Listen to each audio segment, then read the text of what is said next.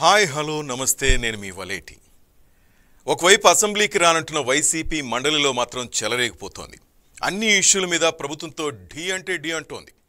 అదే పనిలో అసెంబ్లీలో ఎందుకు చేయదు అనేదే ప్రశ్నల ప్రశ్న.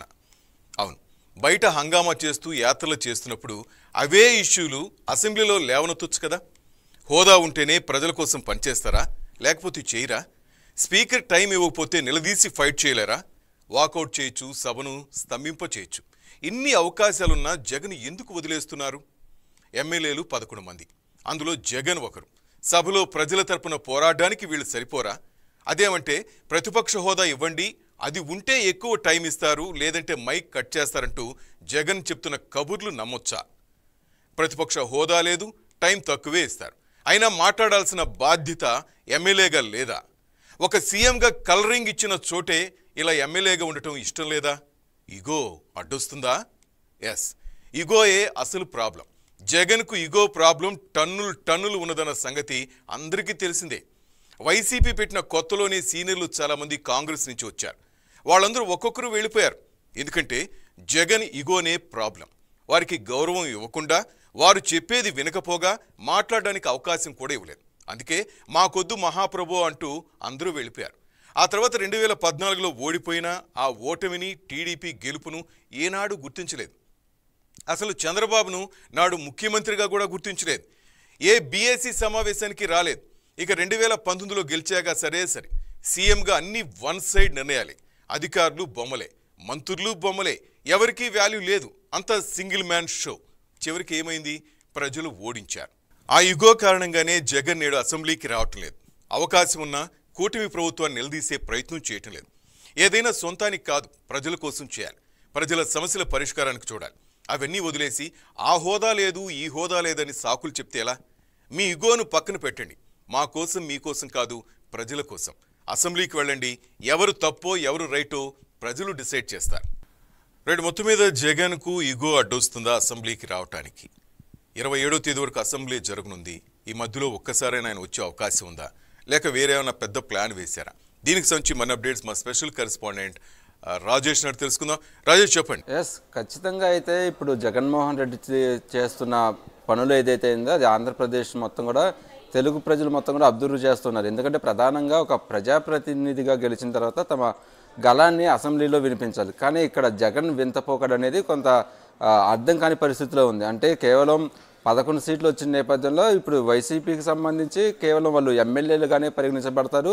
సో అసెంబ్లీ రూల్స్ ప్రకారం వాళ్ళకి ఎమ్మెల్యేకి ఎంత సమయం ఇస్తారో అంత సమయం మాత్రం ఇస్తామంటూ కూడా అక్కడ కొన్ని రూల్స్ ఉన్నాయి అనమాట. కానీ పూర్తిగా జగన్మోహన్ రెడ్డి దానికి విరుద్ధంగా ఉన్నారు. అంటే నేను పట్టిన కుందలకు 3 కాళ్ళు అన్నట్టుగా, ఆయన చెప్పిందే చేయాలన్నట్టుగా అన్న విధంగా ఆయన వ్యవహార శైలి ఉందని చెప్పుకోవచ్చు. ఎందుకంటే ప్రధానంగా అసెంబ్లీలో ప్రతిపక్ష హోదా ఇస్తేనే అసెంబ్లీకి వస్తానని చెప్పడం అనేది కూడా కొంత ఆశ్చర్యంతో పాటు కొంత విడ్డూరంగా ఉందని కూడా అటు విశ్లేషకులు అనుకుంటున్నారు. అలాగే జగన్మోహన్ రెడ్డి చేస్తున్న పనులు చూస్తే అటు ప్రజలు కూడా కొంత నవ్వుకునే పరిస్థితి వచ్చింది. ఎందుకంటే ప్రధానంగా ప్రజా సమస్యలు వినిపించాలి అంటే ఖచ్చితంగా అది అసెంబ్లీలోకే వెళ్ళాలి. అసెంబ్లీలోకి వెళ్ళి అక్కడ వినిపిస్తేనే అది రాష్ట్ర వ్యాప్తంగా కూడా ప్రజా సమస్య అనేది బయట తెలుస్తుంది. అలాగే ప్రభుత్వం యొక్క పనితీరు కూడా తెలుస్తుంది. కానీ ఇక్కడ జగన్మోహన్ రెడ్డి పూర్తిగా కూటమి ప్రభుత్వం వైఫల్యం చెందిందే అంటూనే మరి అసెంబ్లీకి వెళ్ళడానికి మాత్రం కొంత ఇష్టంగా లేరని చెప్పుకోవచ్చు. ప్రతిపక్ష హోదా ఇవ్వాలి, ఇస్తేనే వెళ్తాను. ఎందుకంటే ఇప్పుడు ఉన్న పార్టీలు 4 పార్టీలో 3 కూటమి ఉంది కాబట్టి నెక్స్ట్ మేమే ప్రతిపక్షం అంటున్నారు. కానీ పూర్తిగా అసెంబ్లీ గైడ్ లైన్స్ ఎలా ఉంటాయి, అసలు 11 సీట్లు వస్తే ప్రతిపక్ష హోదా దక్కుతుందా లేదా అనేది కూడా కొంత ఆయన గతంలో సీఎంగా చేసినప్పటికీ కూడా ఇలాంటివి అన్ని అవగాహన ఉన్నా కానీ పూర్తి విరుద్ధంగా ఆయన మాట్లాడుతున్న పరిస్థితి కనిపిస్తుందని చెప్పుకోవచ్చు.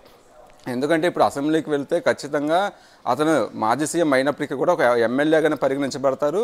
అంతేకాకుండా కొన్ని ఈగో సమస్యలు అనేది కూడా ఖచ్చితంగా ఉన్నాయని చెప్పుకోవచ్చు. ఎందుకంటే జగన్మోహన్ రెడ్డి ఖచ్చితంగా చాలా స్ట్రైట్ ఫార్వర్డ్గా, అంటే తను అనుకున్న పనే జరగాలి, అది రాంగ్ అయినా రైట్ అయినా సరే తను అనుకున్నదే జరగాలి అన్న లెక్కలో జగన్మోహన్ రెడ్డి వ్యవహార శైలి ఉంటుందనేది కూడా అందరికీ తెలిసిన విషయం. సో ఈ నేపథ్యంలోనే ఇప్పుడు అసెంబ్లీలో జగన్మోహన్ రెడ్డి రాకపోవడానికి కొన్ని కీలకంగా కూడా కొన్ని కారణాలు కూడా చెప్పుకోవచ్చు. ఎందుకంటే ఇప్పుడు కేవలం 11 మంది సభ్యులే ఉన్నారు. ఇటు కూటమి ప్రభుత్వానికి సంబంధించి 164 మంది ఉన్నారు కాబట్టి పూర్తిగా డామినేషన్ అనేది అది కూటమిగా ఉంటుంది. అప్పుడు జగన్మోహన్ రెడ్డి వైసీపీ వాళ్ళు వినిపించే గలం అనేది పెద్దగా వినిపించదు అనేది కూడా ఒకటి కారణంగా చెప్పుకోవచ్చు. అంతేకాకుండా ప్రతిపక్ష హోదా ఇవ్వలేదు అనేది కూడా ప్రధాన కారణంగా జగన్మోహన్ రెడ్డి చెబుతున్నారు. ఎందుకంటే అసెంబ్లీకి వెళ్ళి గట్టిగా ప్రశ్నించడానికి ప్రజెంట్ చూసుకున్నట్టయితే కూటమి ప్రభుత్వం అనేది కొంత ప్రజల అభివృద్ధికి సంక్షేమాలు అభివృద్ధి జరుగుతూ ఉన్నాయి కాబట్టి పెద్దగా ప్రజా సమస్యలు అంటే తాత్కాలికంగా చిన్న చిన్న సమస్యలు ఉన్నప్పటికీ కూడా పూర్తి స్థాయిలో ఇచ్చిన హామీలు అమలు చేశారు కాబట్టి పెద్దగా అసెంబ్లీలో తమ ప్రభుత్వ వైఫల్యం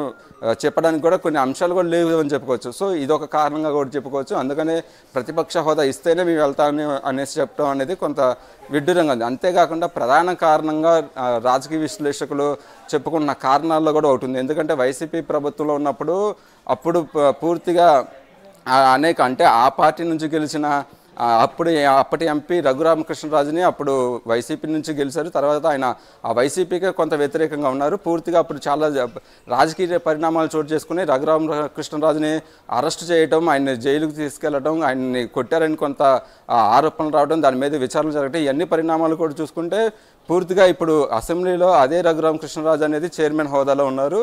సో అంటే డిప్యూటీ చైర్మన్గా ఉన్నారు. సో ఈ నేపథ్యంలోనే తాను సీట్ ఇచ్చిన ఎంపీకి సంబంధించిన వ్యక్తి మళ్ళీ డిప్యూటీ చైర్మన్గా ఉండి తనని అజమాయిషీ చేసే పరిస్థితి వస్తే అక్కడ పని చేయాలా, నేను మాట్లాడాలా అనేది కూడా ఒక కారణంగా చెప్పుకోవచ్చు. ఇది కూడా రాజకీయ విశ్లేషకులు అయితే ఇది కూడా ఒక కారణంగా చెబుతున్నారు. అంటే జగన్మోహన్ రెడ్డి అసెంబ్లీకి రాకపోవడానికి అయితే ఖచ్చితంగా ఇగో కారణం ఉంది అనేది కూడా పూర్తిగా అర్థమవుతుంది. ఎందుకంటే ఎమ్మెల్యేకి సంబంధించిన ప్రజా సమస్యలు అసెంబ్లీలో మాట్లాడితే దానికి సంబంధించి అటు కూటమి ప్రభుత్వం దానికి సొల్యూషన్ ఎలా ఉంటుంది, వాళ్ళు ఏమేమి పథకాలు అంటే వాళ్ళు దానికి ఎలా సొల్యూషన్ చేస్తామో ఆ సమస్యల మీద అనేది పూర్తిగా క్లారిటీ ఇస్తారు. కానీ ఇక్కడ పూర్తిగా ఏంటంటే వైసీపీకి డామినేషన్ అనేది అసెంబ్లీలో లేదు కాబట్టి అసెంబ్లీకి వెళ్ళడానికి ఇష్టపడట్లేదు. పూర్తిగా ఈ అసెంబ్లీ సమావేశాలు జరిగినప్పుడు మాత్రం కొంత జగన్మోహన్ రెడ్డి హడావిడైతే మనం చేస్తున్నారని చెప్పుకోవచ్చు. అంటే ప్రెస్ మీట్లు పెట్టడం, పూర్తిగా పవర్ పాయింట్ ప్రజెంటేషన్లు ఇవ్వడం, మా ప్రభుత్వంలో ఇలా చేశాము అని చెప్పడం చేస్తున్నారు. కానీ ఇదే అంశాన్ని అసెంబ్లీ వేదికగా చెప్పడానికి మాత్రం ఆయన కొంత వెనకడుగు వేస్తున్నారని చెప్పుకోవచ్చు. అంటే ఆ మీడియా పరంగా ఆయన ప్రజల్లోకి వెళ్ళేది ఒక ఎత్తు అయితే అసెంబ్లీ అంటే ఒక ప్రజాప్రతినిధిగా అసెంబ్లీలో మాట్లాడేది ఒక కీలకంగా ఉంటుంది. సో అక్కడ రికార్డుగా ఉంటుంది కాబట్టి అసెంబ్లీలో మాట్లాడడానికి మాత్రం ఆయన వెనకడుగు వేస్తున్నారు. సో ఈ పరిణామాన్ని మొత్తం చూసుకోవడం, ఎమ్మెల్యేలు కూడా తాము వెళ్ళము, అవసరమైతే ఇప్పుడు మరొక కొత్త నినాదం అనేది ఆయన తెర మీదకి తీసుకొస్తున్నారు. ఆ పార్టీకి సంబంధించిన ఎమ్మెల్యేలు 11 మంది అలాగే ఎంపీలు మొత్తం మేము రాజీనామా చేసి ఉప ఎన్నికలకు వెళ్తాం అంటే కొంత గందరగోళ పరిస్థితులు అనేది జగన్మోహన్ రెడ్డి చేస్తున్నారని చెప్పుకోవచ్చు. ఎందుకంటే ప్రజా సమస్యలు అనేది పెద్దగా లేవు ప్రస్తుతం కూటమి ప్రభుత్వం వచ్చినాక. సో ఈ నేపథ్యంలో రాజకీయంగా కూడా కొంత అట్రాక్షన్ తన వైపు ఉండే విధంగా కూడా ఆయన కొన్ని కీలక అంశాలు చెప్తున్నారు. కానీ పూర్తిగా అసెంబ్లీకి వెళ్ళడానికి ప్రధానంగా ఈ 3 కారణాలని చెప్పుకోవచ్చు. Srinivas, thank you Rajesh. ఇటు మొత్తం మీద అది జగన్ ఇగోతోనే ఈ విధంగా జరుగుతుందని ఆయన తోటి ఉన్న ఎమ్మెల్యేలు కూడా అంటున్నారు. మొత్తం మీద 11 మంది ఎవరు కూడా అసెంబ్లీ వైపు కన్నెత్తి చూడలేదు. ఒక్క శాసన మండలిలో మాత్రం వైసీపీ నేతలు కనిపిస్తున్నారు. మరి ఆయన సొంత జిల్లా కడప జిల్లాలో ఏం జరుగుతోంది, అక్కడి నుంచి మరిన్ని అప్డేట్స్ మా రిపోర్టర్ సాయి సురేష్ని అడిగి, మా స్పెషల్ కరెస్పాండెంట్ సాయి సురేష్ని అడిగి తెలుసుకుందాం. సాయి సురేష్, ఏంటి కడప జిల్లాలో జగన్మోహన్ రెడ్డి గురించి ఏమనుకుంటున్నారు? ఆయన ఏమో అసెంబ్లీకి వెళ్ళటం లేదు, మరి అక్కడ ప్రజల సమస్యలపై ఎవరు గళమెత్తుతారు అసెంబ్లీలో? దీనికి సంబంధించి అక్కడ ఉన్న పబ్లిక్ ఏమనుకుంటున్నారు?